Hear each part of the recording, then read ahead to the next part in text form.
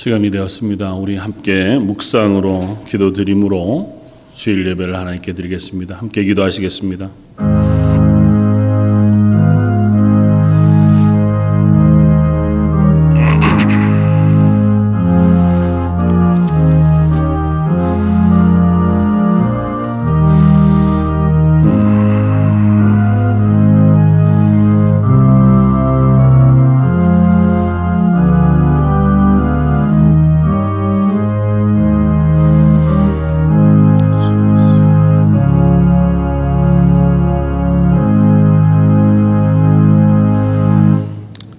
하나님께서 구하시는 제사는 상한 심령이라. 하나님이여, 상하고 통회하는 마음을 주께서 멸시하지 아니하시리이다. 주의 은택으로 시온의 선을 행하시고 예루살렘 성을 쌓으소서. 그때에 주께서 의로운 제사와 번제와 온전한 번제를 기뻐하시리니 그때 그들이 수소를 주의 제단에 드리리이다. 아멘. 하나님 기뻐하시는 예배는 상한 심령으로 하나님의 도우심과 고치심을 바라고 은혜를 사모하는 마음인 줄 믿습니다. 이 시간 주님 앞에 나와 하나님의 은혜를 구하고 하나님의 도우심을 구하며 저희의 연약함들을 다 내려놓기를 원하오니 저희 드리는 예배를 받아주시고 예배 가운데 임하셔서 저희의 심령을 성령의 충만한 것으로 채워 주옵소서. 모든 말씀 예수님 이름으로 기도드립니다. 아멘. 전능하사 천지를 만드신 하나님 아버지를 내가 믿사오며 그 외아들 우리 주 예수 그리스도를 믿사오니 이는 성령으로 태하사 동정녀 마리아에게 나시고 본디오 빌라도에게 고난을 받으사 십자가에 못 박혀 죽으시고 장사한 지 사흘 만에 죽은 자 가운데서 다시 살아나시며 하늘에 오르사 전능하신 하나님 우편에 앉아 계시다가 저희로서 산 자와 죽은 자를 심판하러 오시리라. 성령을 믿사오며 거룩한 공예와 성도가 서로 교통하는 것과 죄를 사하여 주시는 것과 몸이 다시 사는 것과 영원히 사는 것을 믿사옵나이다. 아멘. 찬송가 149장을 함께 찬양하시겠습니다.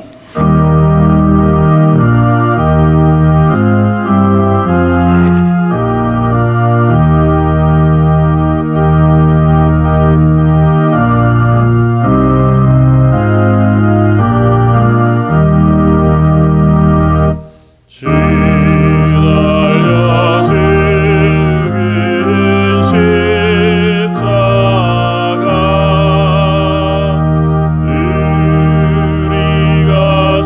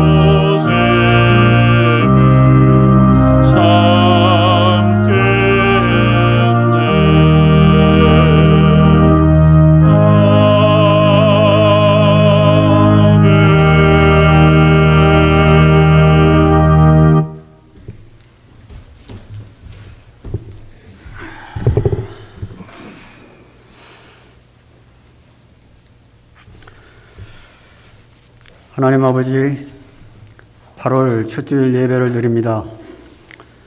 예배와 찬양 받으시기에 합당하신 하나님께 찬양 드리기 원합니다.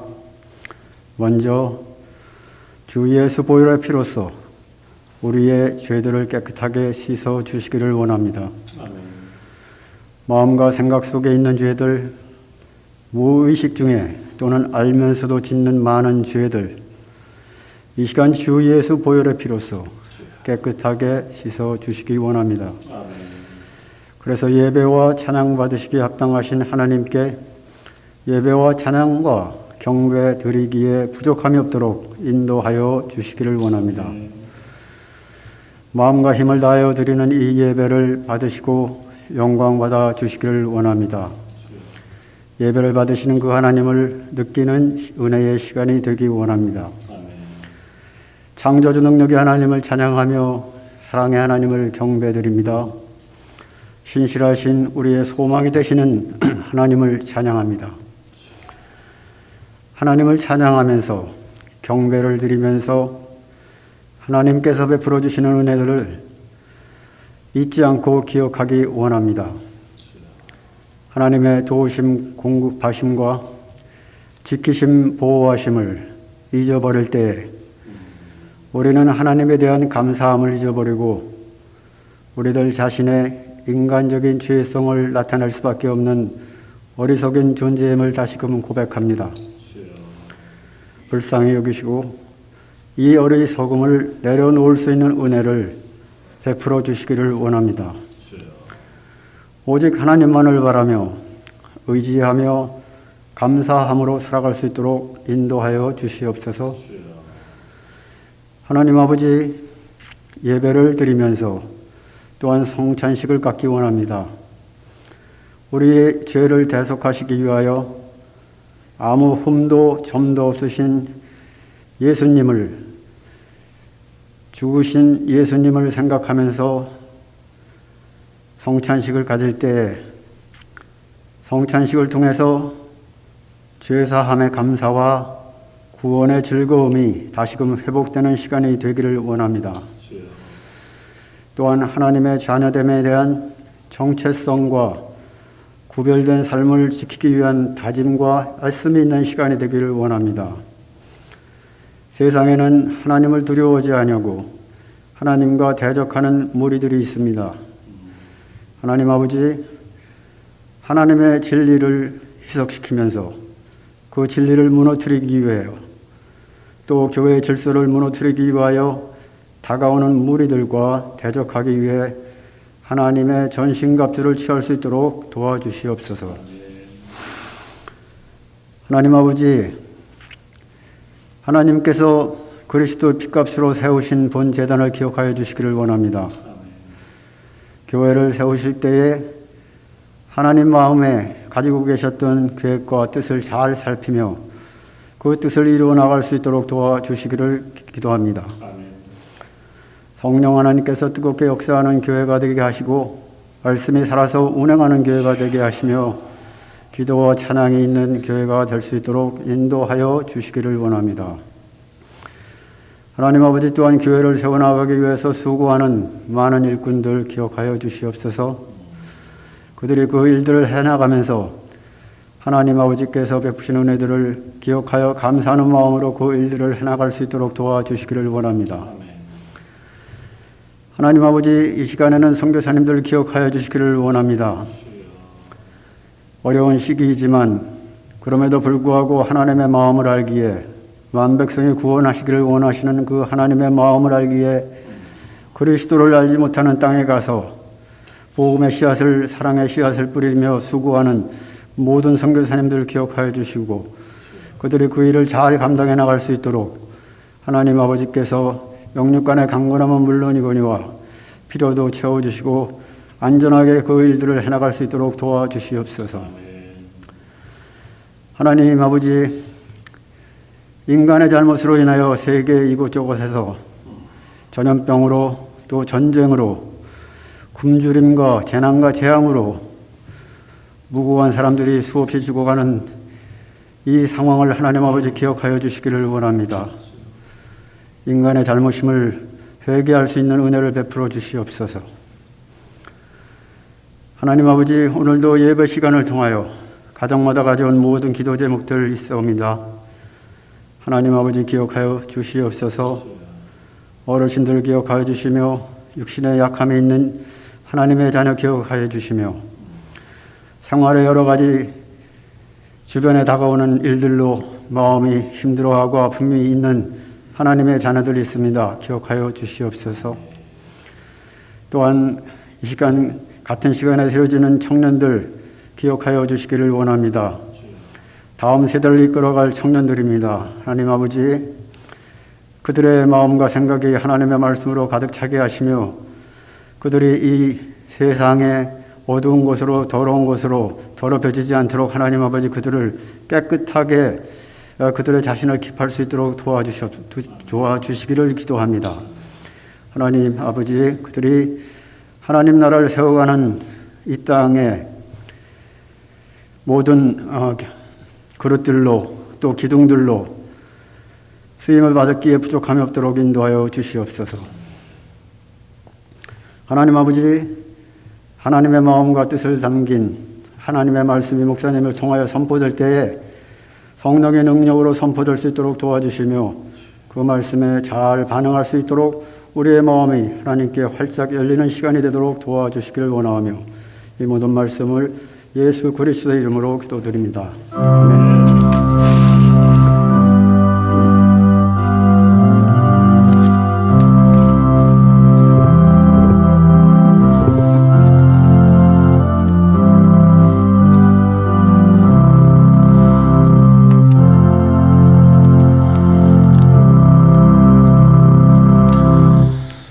찬송가 268장을 함께 찬양하시겠습니다.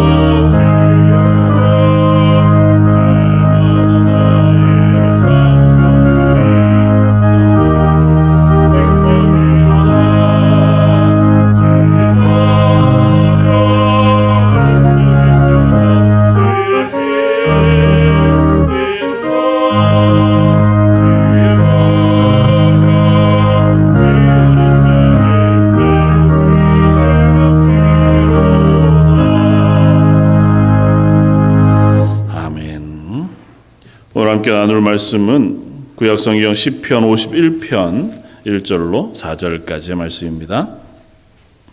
구약성경 839쪽에 있는 말씀, 시편 51편 1절로 4절까지의 말씀입니다.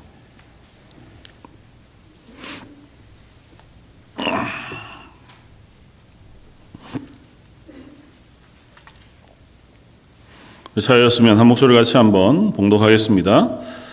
하나님이여, 주의 인자를 따라 내게 은혜를 베푸시며 주의 많은 긍휼을 따라 내 죄악을 지워 주소서. 나의 죄악을 말갛게 씻으시며 나의 죄를 깨끗이 제하소서. 물은 나는 내 죄가를 아오니 내 죄가 항상 내 앞에 있나이다. 내가 주께만 범죄하여 주의 목전에 악을 행하였사오니 주께서 말씀하실 때에 의로우시다 하고 주께서 심판하실 때에 순전하시다 하리이다.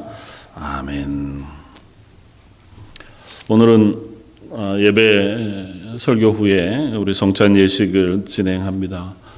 저희가 1년에 5-6차례 성찬 예식을 늘 진행하면서 예수님의 십자가를 기억하고 또 그 앞에서 구원의 기쁨을 또 감사하며 그렇게 지내왔었는데, 작년부터 팬데믹이라고 하는 전혀 저희가 경험해보지 못하던 상황 속에 성찬 예식도 진행하지 못하고 이렇게 지내왔습니다. 오늘 그래도 좀 방역 지침을 지키면서 좀 조심하면서 그래도 성찬 예식을 진행하면서 예수님의 십자가의 구원, 그 은혜, 그리고 대속의 놀라운 기쁨에 대한 고백을 함께 나누면 좋겠다 생각이 되었습니다. 성찬 예식이야 예수님께서 잡히시던 날 밤에 제정하셔서 제자들과 함께 만찬을 나누시면서 이것을 후대에 계속해서 기억하고 기념하여 예수님의 십자가를 기억하게 하심이었고, 또 예수님이 우리를 위하여 대속하신 대속의 죽음에 대해서도 기념하도록 하셨습니다. 그래서 성찬 예식을 진행하면서 모든 교회들은 우리의 죄를 대신하여 죽으신 예수님을 끊임없이 우리가 기억하고 기뻐하고 또 그것으로 인하여 감사하면서 여전히 나의 죄를 오늘도 대속하시고 또 회복하시고 끝까지 우리를 인도해 주실 것을 사모하고 소망하면서 다시 오실 때까지 이 성찬 예식을 우리가 기념하여 지키고 있는 것인 줄 압니다. 예수님의 부활을 기념하고 기억하는 날이 주의 날, 주일이라면 예수님의 죽으심과 십자가를 기억하고 드리는 것이 바로 예배이자 성찬 예식이겠다. 그래서 오늘 다윗의 고백을 통해서 우리가 이 성찬 예식을 통해서 어떻게 예수 그리스도의 죽으심을 기억해야 하나, 좀 다르게는 왜 우리는 끊임없이 예수님의 죽으심을 기억해야 하나, 기념해야 하는가에 대한 생각들과 그것을 나에게, 그리스도인인 나의 삶 속에 어떻게 적용하여 살 것인가에 대한 것들을 나누어 보기를 원합니다. 결론적으로 고백하고 나누기를 원하는 것은, 하나님은 이 예수 그리스도의 십자가를 통해서 저와 여러분들 그리고 우리 모두의 죄를 대속해 주셨습니다. 용서해 주셨고 그것으로 인하여 우리를 의롭다 칭해 주셨고, 그리고 그 고백을 따라 하나님은 우리의 죄를 이제는 기억하지 않으시겠다고 말씀하신단 말이죠. 근데 오늘 설교 제목을 그렇게 잡았습니다만은, 하나님은 우리의 죄를 기억하지 않으실지라도 우리는 우리의 죄를 기억해야 한다고 하는 말씀을 나누고 싶습니다. 예전에 한국에서 상영했던 영화 중에 밀양이라고 하는 영화를 아마 기억하실 겁니다. 보신 분도 있고 보시지 않은 분들도 있겠지만, 대략 그 영화가 이슈가 되어서 교회나 사회에서 나누어졌던 이야기들에 대해서는 아마 들으신 바들이 있을 것 같아요. 그 영화 전체를 얘기하려는 것도 아니고 거기에서 무슨 신학적인 주제를 끌고 오려는 것도 아니라 그저 그 이야기 속에 나오는 한 단면을 가지고 한번 고민해 보고자 합니다. 주인공은 남편을 잃고 이제 밀약이라는 곳에 가서 정착해 살고 있는 한 여인이었고 아들이 있었고, 근데 아들을 다른 사람에 의해서 납치 당하고 또 몸값을 요구하다 결국 그 아들이 죽임을 당하게 되어지는 굉장히 큰 슬픔을 겪게 되어죠. 그 범인은 아들을 보내어 했던 원장, 학원의 원장이었고, 그래서 범인은 잡혔습니다.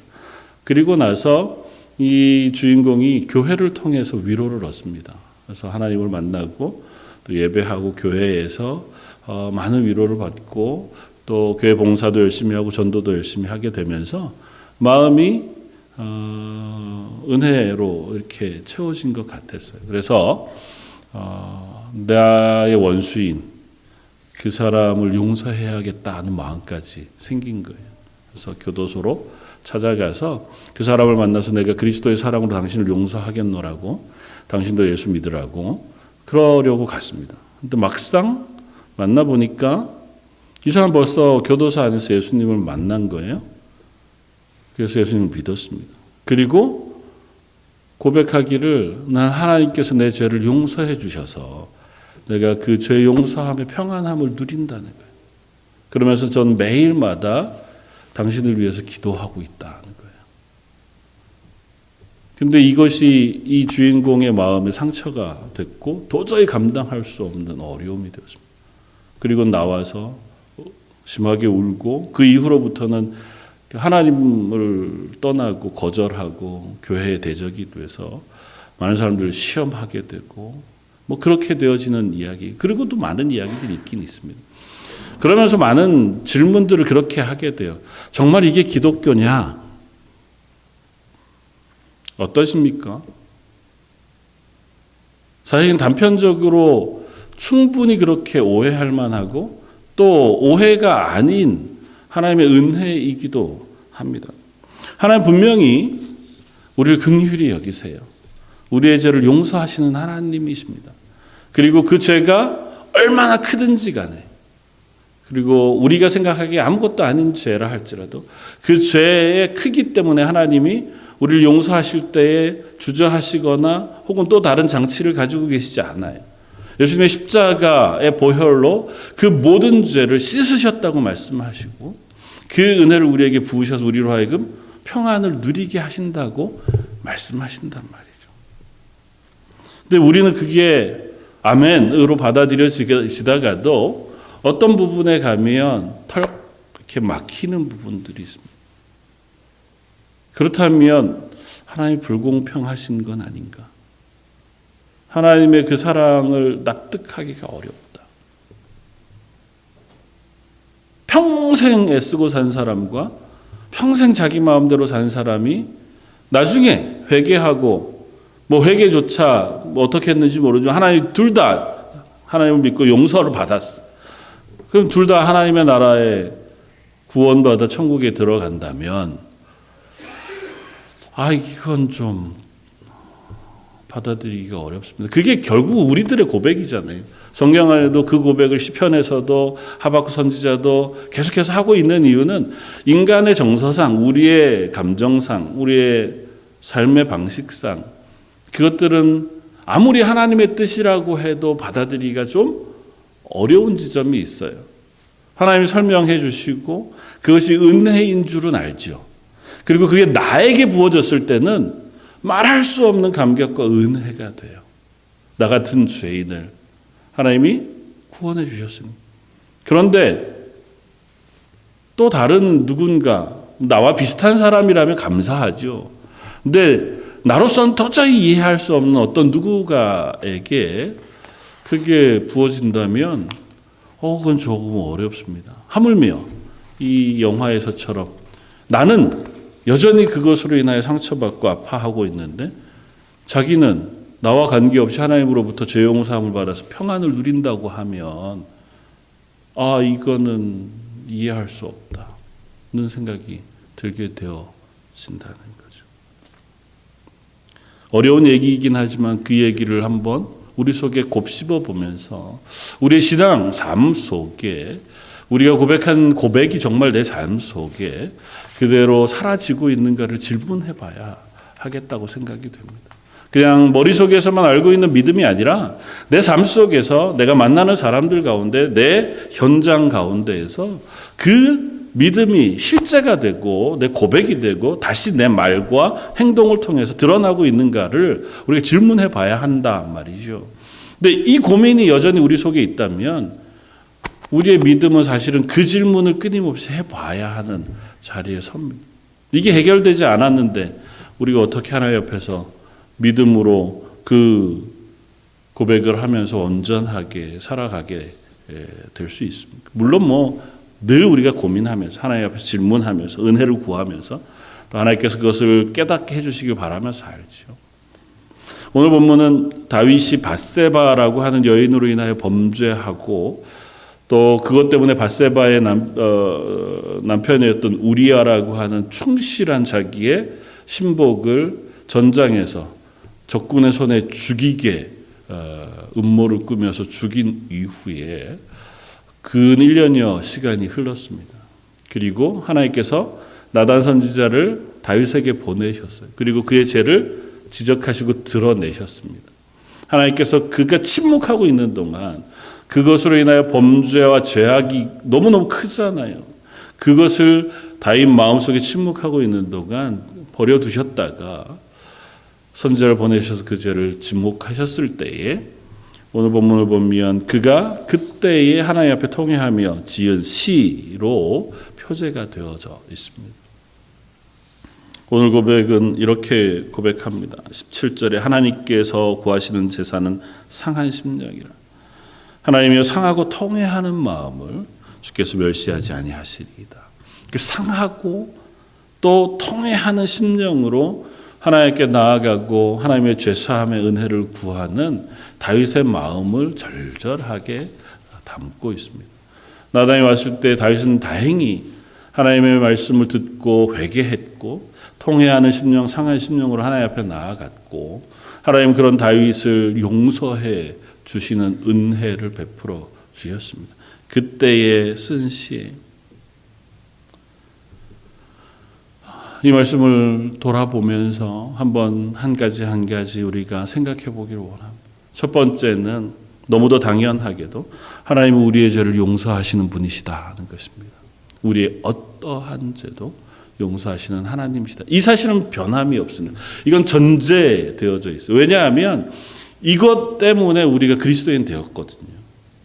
우리의 죄인됨에도 불구하고 하나님을 떠나고 세상 가운데서 사람들 사이에서도 우리가 범하는 숱한 죄 그것으로 인하여 죽을 수밖에 없는 그래서 죽음을 향해서 끊임없이 치달아갈 수밖에 없는 인생임에도 불구하고 죄 용서해 주시는 하나님의 은혜 때문에 우리가 구원을 얻었고 이제는 하나님의 자녀 백성이라고 스스로를 고백하는 사람들이니까. 똑같은 다윗이 지은 고백 중에 103편에서 다윗은 이렇게 고백합니다. 우리의 죄를 따라 우리를 처벌하시는 아니하시며 우리의 죄악을 따라 우리에게 그대로 갚지는 아니하시는 하나님, 이는 하늘이 땅에서 높음같이 그를 경외하는 자에게 그의 인자하심이 크심이라. 동이 서에서 먼 것 같이 우리의 죄가를 우리에게서 멀리 옮기셨다. 심지어 아버지가 자식을 긍휼히 여긴 같이 여호와께서는 자기를 경외하는 자들 긍휼히 여기시나니 이는 그가 우리의 체질을 아시며 우리가 단지 먼지뿐임을 기억하시기 때문이라고 고백합니다. 하나님 우리가 얼마나 약한 존재인지 아시고 또 그런 우리를 하나님이 아버지가 되셔서 사랑해 주셨기에 우리를 향하여 베푸시는 긍휼은 말할 수 없이 크다고 고백합니다. 그래서 내가 지은 모든 죄가를 하나님이 동이 서에서 먼 것 같이 멀리 치우시고 우리에게서 옮기셨다. 그리고 그 고백은 또 다른 시편에서 또 히브리서 기자의 입술을 통해서 이렇게 고백되었습니다. 히브리서 10장 17절 또 그들의 죄와 그들의 불법을 내가 다시 기억하지 아니하시리라 하셨으니 이것들을 사하셨은즉 다시 죄를 위하여 제사 드릴 것이 없느니라.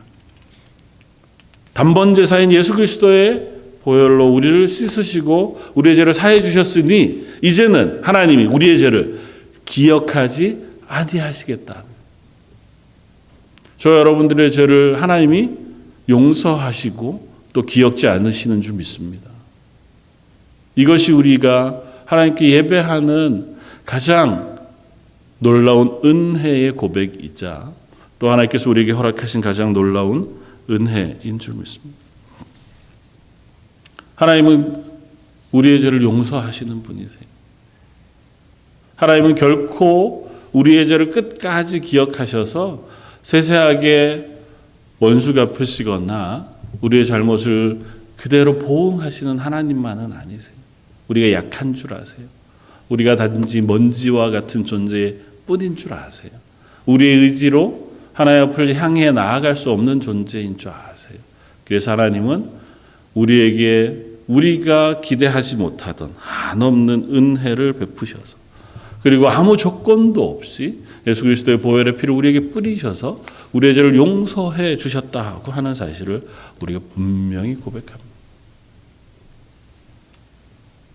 그런데 이 고백이 조금 우리 속에 인간의 연약함, 죄악과 만나서 좀 많이 나가면 앞쪽에서 나누었던 밀양에서의 그 사람처럼 또 되어가는 것 같아 보여요. 하나님 내 죄를 용서해 주셨지. 하나님이 내 죄를 용서해 주셨으니 나는 이제 자유롭게 되었다. 그것으로 인하여 기쁨을 얻고 평강을 얻은 것까지는 좋은데 그것이 방종이 되어지고 자유함이 되어져 버리는 데까지 나아가기가 십상인 것이 우리들이라는 거죠. 어차피 하나님이 나를 용서해 주시는데 뭐. 어차피 하나님이 날 구원해 주셨는데 뭐. 아니 앞으로 지을 죄까지 다 용서해 주신다는데 뭐. 하나님의 선하심과 의로우심이 혼란을 가져오신 적은 없습니까? 우리가 그리스도인으로 살아가는 삶을 고백하고 살아가는데 하나님 너무 은혜로우시고 너무 선하세요. 우리를 향해 한없이 긍휼을 베푸시고 또 우리를 용서하시길 기뻐하시는 하나님이셔서 우리가 그리스도인으로 살아가는데 혼란을 겪으신 적은 없으십니까? 두 번째, 하나님 우리의 죄를 용서하시는 하나님이시지만 하나님은 우리의 죄를 사하시는 그 죄사함에 반드시 대가를 요구하신다는 거예요. 거저 주신 은혜죠. 그러나 거저 주신 은혜라고 해서 우리의 죄의 대가가 없는 것은 아닙니다. 하나님은 죄에 대한 대가를 반드시 요구하세요. 죄에 대한 징계 그리고 그것에 대한 보응을 반드시 하나님은 요구하십니다. 구약 성경에서 이스라엘 백성들에게 하나님이 속죄의 제사를 가르치셨어요. 그리고 그 속죄의 제사는 자기가 범죄했다고 고백하는 때에 자기의 죄를 들고 하나님 앞에 나아오고 그 죄를 들고 나아올 때 다른 동물도 함께 들고 나와요. 순전한 동물, 죄 없이 흠 없이 그 동물을 들고 나와서 그 동물에게 내 죄를 다 전가해요. 그런다고 전가되겠어요. 그러나 전가해요. 그리고 그 동물의 생명을 빼앗습니다. 그리고 그 생명을, 피를 하나님께 바쳐드려요. 그러면서 내 죄를 회개하는 거예요. 내가 죽어야 하는 죄인인 줄 압니다. 그래서 그 동물의 생명으로 그 죄를 사해 주시는 은혜를 베풀어 주셨다. 그것이 구약의 제사 제도예요. 분명히 죄에는 대가가 필요합니다. 그 지위가 높으면 높을수록 제사장이나 족장이나 하는 사람들은 더 큰 제물을 가지고 나와야 했어요.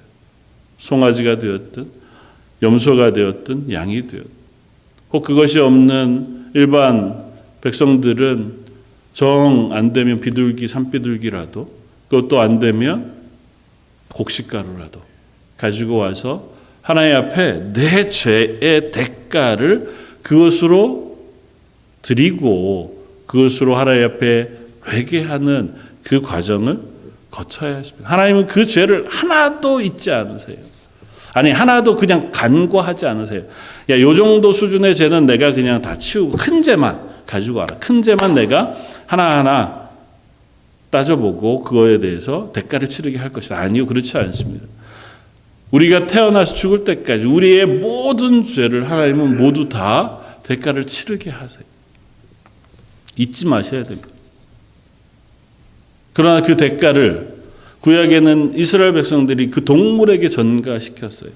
그 동물이 그 죄를 감당할 만한 대가가 되었을까요? 그것도 생명이기는 하니까요. 그러나 그것으로 턱없이 부족하죠. 죄가 어떻게 동물의 죽음으로 해결이 되겠어요? 그래서 이스라엘이 실패한 건 그거잖아요. 제물은 들고 가요. 동물의 생명은 내 죄를 대신해서 하나님께 바쳐요. 그런데 정작 통회하는 심령은 없어요. 오늘 본문에서 다윗이 얘기했던 하나님이 원하시는 제사는 상한 심령이라 하나님께 나아가는데 제물은 들고 나아가요. 내 죄를 대신해서 안수하고 목을 따서 그 제물을 죽여 피를 하나님 전에 제단에 부어드리고 하나님 내 죄를 용서해 주십시오. 됐지요? 까지는 됐는데 상한 심령이 없어요. 내 죄를 통회함이 없어요. 그래서 이스라엘이 실패한 겁니다. 제사를 안 드려서가 아니라 예배를 안 드려서가 아니라 그들이 하나님 앞에 나아가지 않아서가 아니라 마음으로 하나님께 나아가지 않고 자기의 죄를 통회하지 않고 그저 형식적으로만 하나님 앞에 나아갔기에 그 제사를 싫어하셨다는 거예요. 내 앞에서 저 제단을 헐어버릴 자가 있었으면 좋겠다. 나를 위하여 성전문을 닫을 자가 있었으면 좋겠다고 말씀하신 이유는 하나님 앞에 나와서 내 죄를 통회하러 나오기는 했는데 제물만 들고 나온 거예요. 어차피 하나님 얘 생명을 대신하면 제 죄는 용서되는 거잖아요. 뭐 그렇게 말이야 했겠어요. 그것을 들고 나오는 속죄를 하나님 원치 않으신. 동물의 생명이 내 죄를 대신하지 않습니다. 그것을 통해서 하나님 가르치고 싶으신 거예요. 너희의 죄가 생명을 잃어버릴 만한 무거운 죄가인 것을 기억하게 하시는 거예요. 동물을 죽임으로 그 피를 제단에 쏟음으로 내가 죽어야 하는데 하나님 살려주셔서 감사합니다. 하나님 용서해 주십시오. 내가 죄인인 줄 알고 오늘은 이 동물의 죄, 동물의 피로 하나님 나를 넘어가 주신 줄 알아서 내가 남은 시간은 동일한 죄를 범하지 않고 하나님 앞에서 거룩하고 신실하게 살아가겠습니다 하고 고백하는 것이 속죄의 제사였답니다. 그리고 그 속죄의 제사가 예수 그리스도의 십자가를 통해서 완성됐어요. 동물하고는 차원이 다른 우리 개인 한 인간의 목숨과도 크기가 너무도 다른 독생하신 하나님의 아들이신 예수님의 생명과 그 피를 제단에 뿌려주심으로 우리의 모든 죄를 단번에 사해 주셨다고 말씀하고 계시다. 그러니까 우리의 죄사함은 거저 주어지지 않아요. 우리의 입장에서 내가 한 것이 없으니 거저지만 내 죄에 대한 대가는 치러진 거예요. 예수 그리스도의 보혈이라고 하는 그 크고 무거운 은혜가 치러졌기에 우리는 죄사함의 은총을 얻게 되어지는 거예요. 그러니 내가 받은 죄사함이 결코 가벼울 수 없습니다.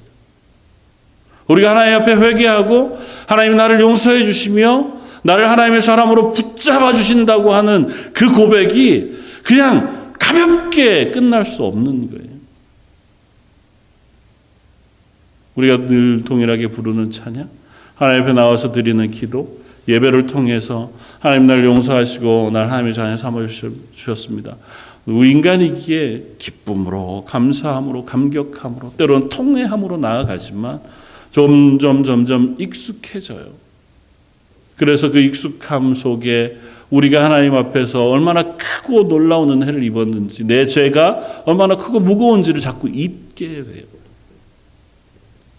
성찬은 그런 의미에서 우리가 받은 죄사함의 크기가 얼마나 크고 놀라운 것인지에 대해 다시 한번 기억하는 시간이에요.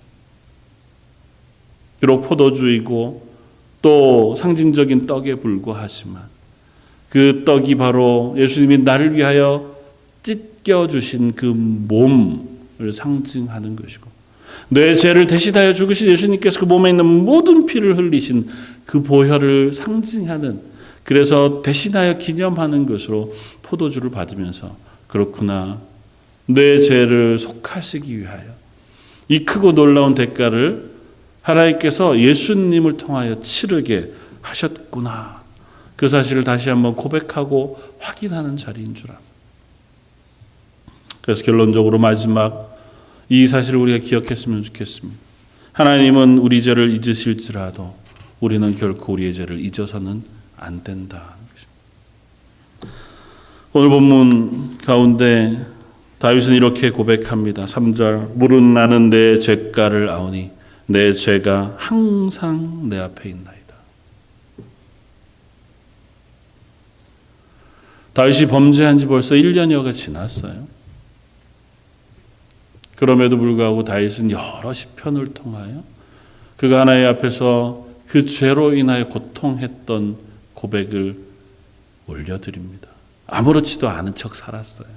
사람들 앞에 멀쩡한 줄 알았습니다.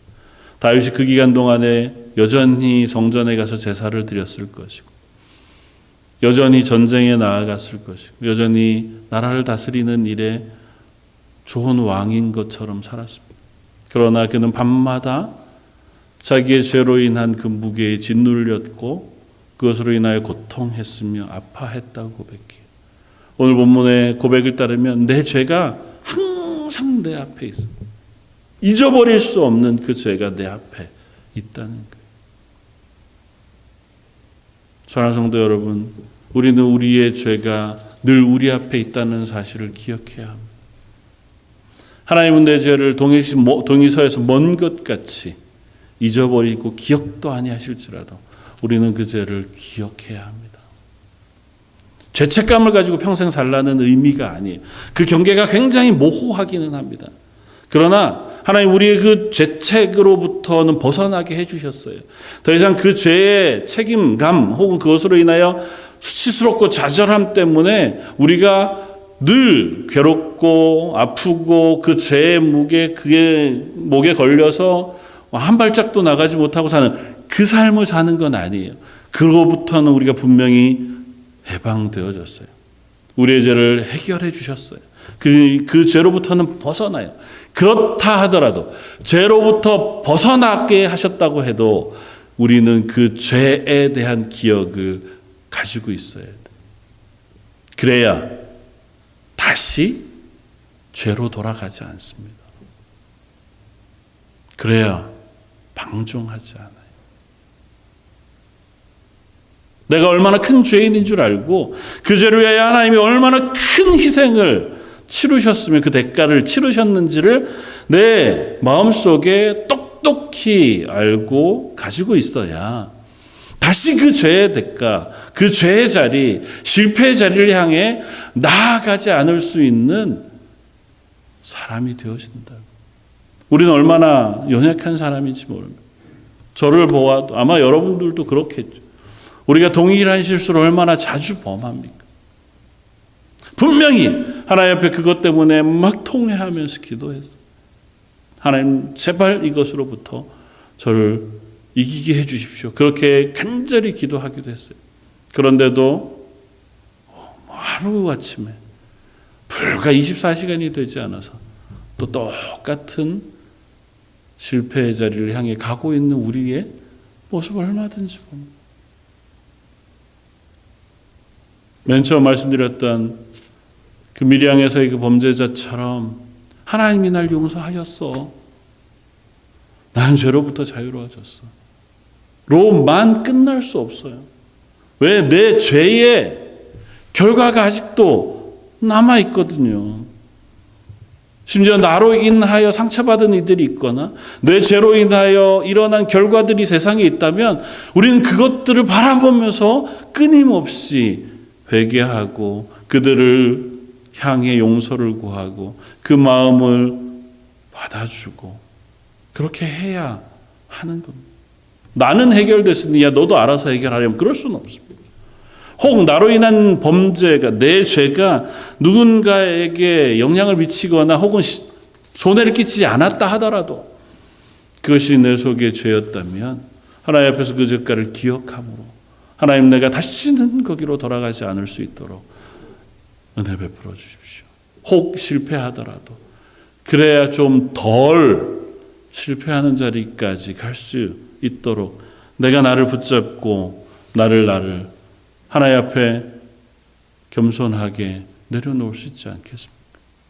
내가 죄인인 줄 알아야, 그래야 성령의 열매들, 그 열매들이 맺어져요. 지난주에 말씀드렸던 것처럼 오래 참을 수 있는 것. 어떻게 오래 참아요, 우리가?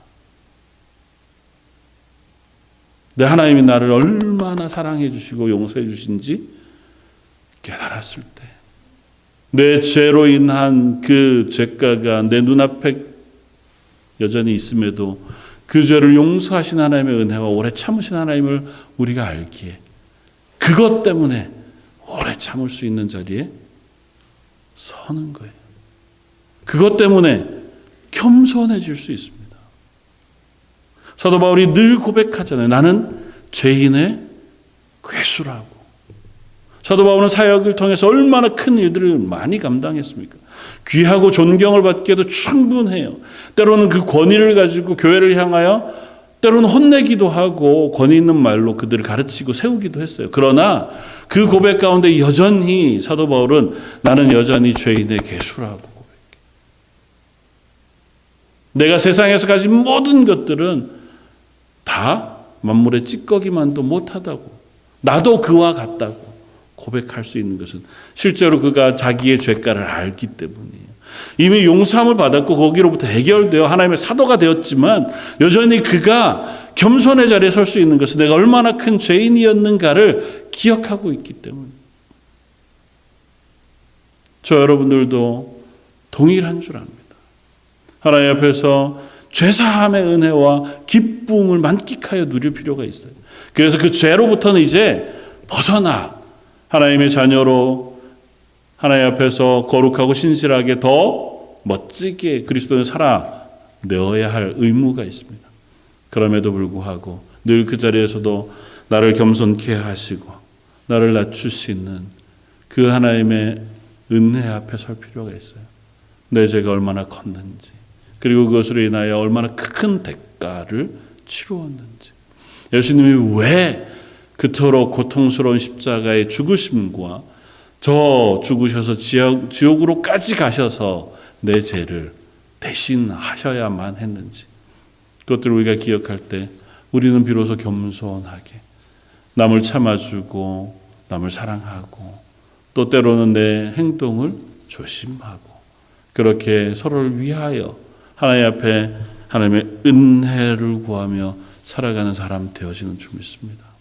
오늘 성찬 예식을 함께 하면서 또 매일 기도의 자리에 말씀을 묵상하고 예배의 자리에 설 때마다 하나님 주시는 그 죄사함의 은혜가 매일매일 확인되어지고 경험되어진 저와 여러분들이었으면 좋겠고, 또 그것이 끊임없이 우리 스스로를 잘 붙들어서 우리가 실패하려고 할 때 혹 우리가 내 생각대로 내 성질대로 막 하나님을 거룩하심을 떠나려고 할 때마다 나를 붙잡는, 그리고 나를 믿음의 자리에 세울 수 있는 그런 추가 되고 힘이 되어지길 주님의 이름으로 부탁드립니다.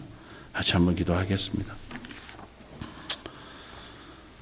주님께서 구하시는 제사는 상한 심령이라고 하셨는데 하나님 앞에 그 상한 심령으로만 서지 못하고 때로는 방종하면서 그리고 때로는 무신경하면서 그렇게 그리스도인으로 서지는 않았는지요. 오늘 예배 가운데 또 성찬 예식 가운데 하나님 저희가 받은 죄사함의 은총의 그 놀라운 크기와 깊이를 깨달아 알게 하시고 또 그것을 다시 한번 확인하며 더 크고 더 풍성한 기쁨으로 저희 속에 충만히 채워주옵소서. 모든 말씀 예수님 이름으로 기도드립니다. 아멘.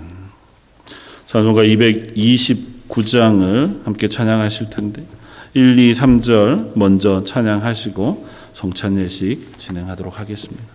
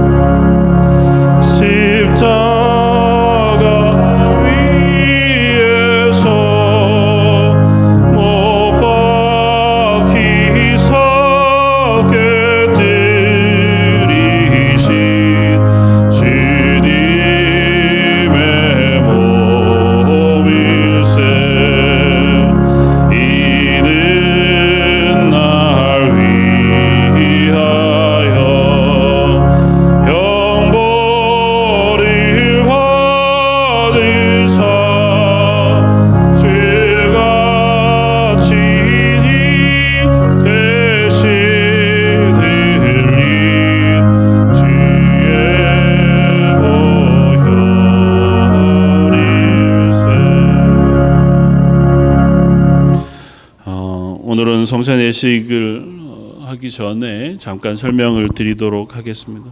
오늘은 장로님들이 분병 분잔은 하지 않고요. 아직은 좀 조심스러워서 세례 받으신 분들은 앞으로 나오셔서 한 분씩 성찬 잔을 가지고 자리로 돌아가시면 좋겠고요. 제가 기도하고 자리로 돌아가셔서 성찬이 일회용으로 되어 있고요. 이렇게 뜯어진 위쪽에 비닐을 살짝 벗기시면 작은 떡이 나오고, 그리고 그 전체를 다 벗기시면 안에 밑에 포도주가 있습니다. 그래서 제가 다 자리로 가지고 가시면 다 같이 저희가 성찬 기도하고 그렇게 성찬 예식을 진행하는 것으로 하도록 하겠습니다. 먼저 한번 같이 기도하겠습니다. 내가 너희에게 전한 것은 주께 받은 것이니 곧 주 예수께서 잡히시던 밤에 떡을 가지사 축사하시고 떼어 가라사대 이것은 너희를 위하는 내 몸이니 이것을 행하여 나를 기념하라 하시고 식후에 또한 이와 같이 잔을 가지시고 가라사대 이 잔은 내 피로 세운 새 언약이니 이것을 행하여 마실 때마다 나를 기념하라 하셨으니 너희가 이 떡을 먹으며 이 잔을 마실 때마다 주의 죽으심을 오실 때까지 전하는 것이니라. 하나님, 저희가 성찬에 참여하기를 원합니다.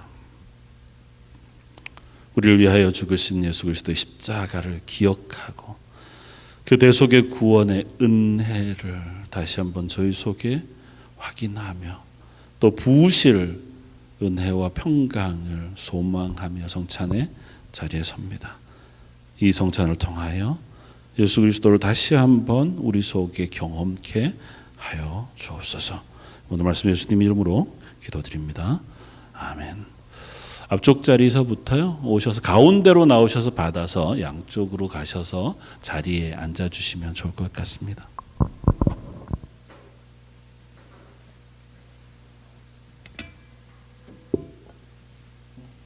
너무 늦지 않게 나오세요.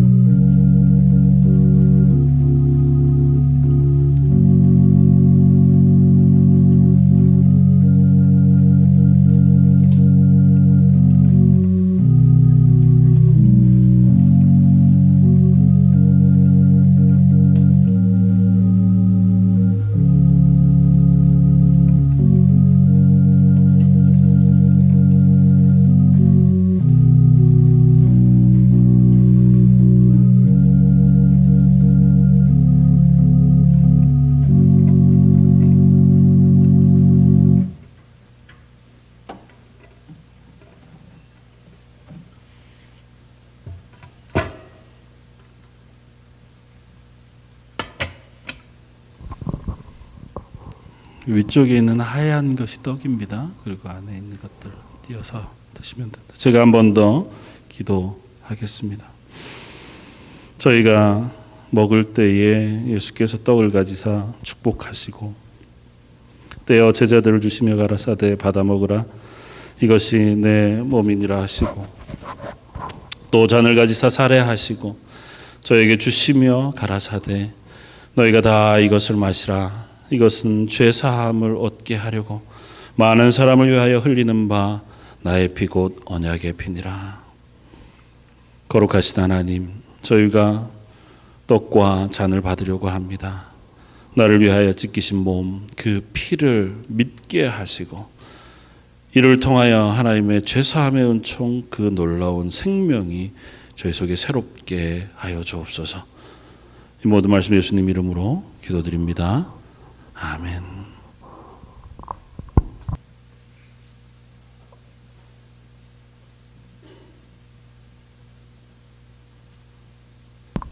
먼저 떡을 나누시고요. 또 이어서 잔도 함께 나눠주시면 좋겠습니다.